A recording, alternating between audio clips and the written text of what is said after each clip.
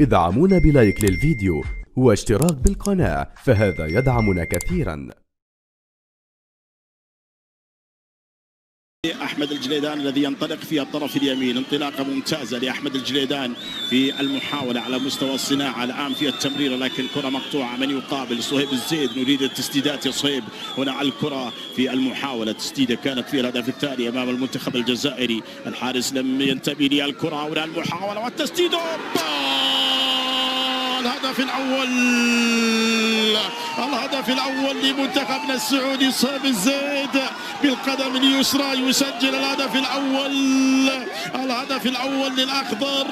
الأخضر يسجل. صهيب الزيد، كنت تتحدث عن التسديدات لصهيب الزيد، ولكنها بالقدم اليسرى.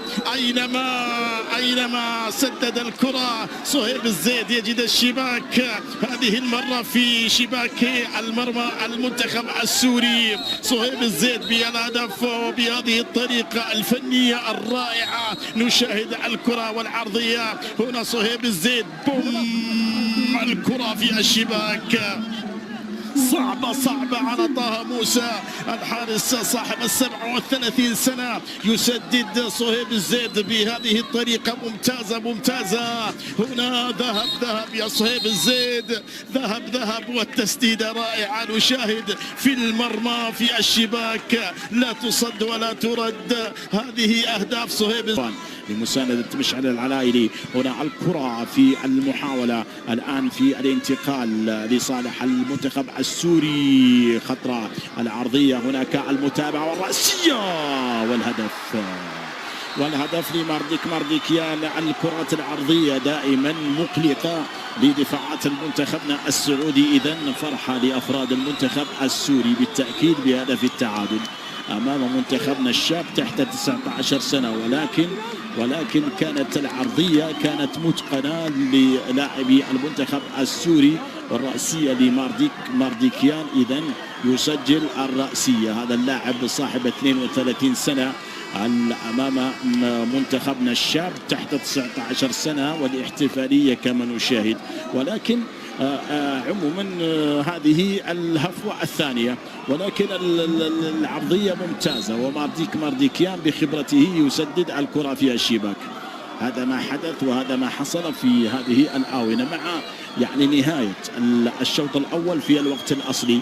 إذن هدف لصالح المنتخب السوري. منتخبنا قادر على أن يحافظ، لا أقول على المستوى أكيد في كما حدث في هذه الدورة. الكرة تلعب إذن لصالح المنتخبنا السعودي، ولكن فقط عموما المنتخبات السعودية والأحداث التي حدثت لأفراد المنتخب السعودي بالأمس. الحديث عن الأمس كان مع نهاية آخر المنافسات بالأمس هنا، لكن الكرة من الزيد محمد. الزيد يمرر ممتازة لصهيب، ولكن هناك المرور، ولكن التمرير والدفاع كانت لو مرت لصهيب. هنا الكرة تمرر لصالح المنتخب السوري مارديكيان، لكن هناك التدخل القوي. نشاهد القرار من الحكم. هناك البطاقة نعم، نشاهد الضرب بهذه الطريقة ومن ينتزع الميدالية الذهبية. حتى الآن الأمور تسير للمنتخبين حتى الآن قبل نهاية بربع ساعة أخرى لمحمد الزيد. يروض الكرة خاطئة أو تعود نعم بشكل ممتاز إلى مشعل. هل يسدد؟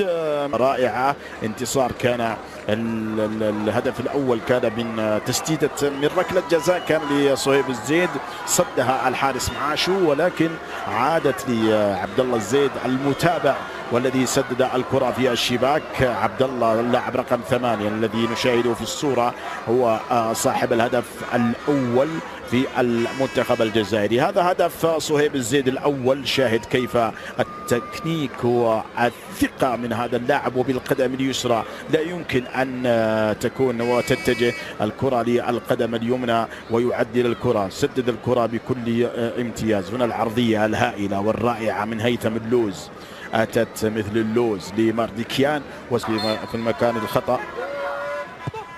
هنا الكرة العرضية خطرة للمنتخب السوري، خطرة هذه الكرة إلى خارج أرضية الملعب من ماردكيان. حامد كان قد خرج من المرمى، ولكن الحارس عموما إذا خرج من المرمى لابد أن يخرج وهو واثق أن يستلم الكرة أو أن يكون قريب أو يكون يتواجد في المرمى. ولكن عموما هذه الكرة إلى خارج أرضية الملعب، كيف أبعدت أم كانت من ماردكيان؟ عموما الكرة أين تتجه؟ محمد ريحاني. لم يكن هناك تسلل، أنا شاهدت لم يكن هناك تسلل، ولكن الرأسية نعم من ماردكيان السوري. التسديدة الأولى لمنتخب سوريا في التدخل حامد الشنقيطي. صهيب الزيد على التنفيذ الآن، صهيب على التنفيذ، ناوي مع شباب المنتخب المصري في 2011 في المونديال. إذا الهدف الثاني طه موسى، أحمد الجليدان بكل قوة، عبد الرحمن الحسن سيسدد هذا البديل والكرة في الشباك بكل هدوء. ثنى أن تكون في الشباك، عبد الله الزيد وفي الشباك بكل هدوء. خادع حسن دهان الآن، هل يخادع والكرة في الشباك. هدف رائع في التسديدة، كانت رائعة بشكل كبير. هنا ماجد خليفة وضاعت. حامد ومحمد ريحاني حامد يصد الكرة. وليد نريد الكرة في الشباك، والكرة في الشباك. ظهر في الوقت الصحيح وفي الوقت الآن. حامد وصد الكرة، حامد يصد الكرة السادسة. عبد الله الكرة في الشباك، عبد الله. انتهت المباراة. شباب المنتخب السعودي تحت 19 سنة أبطالا لدورة الألعاب العربية في النسخة 15 في كرة القدم الذهبية. جيل الذهب، حققنا الذهب.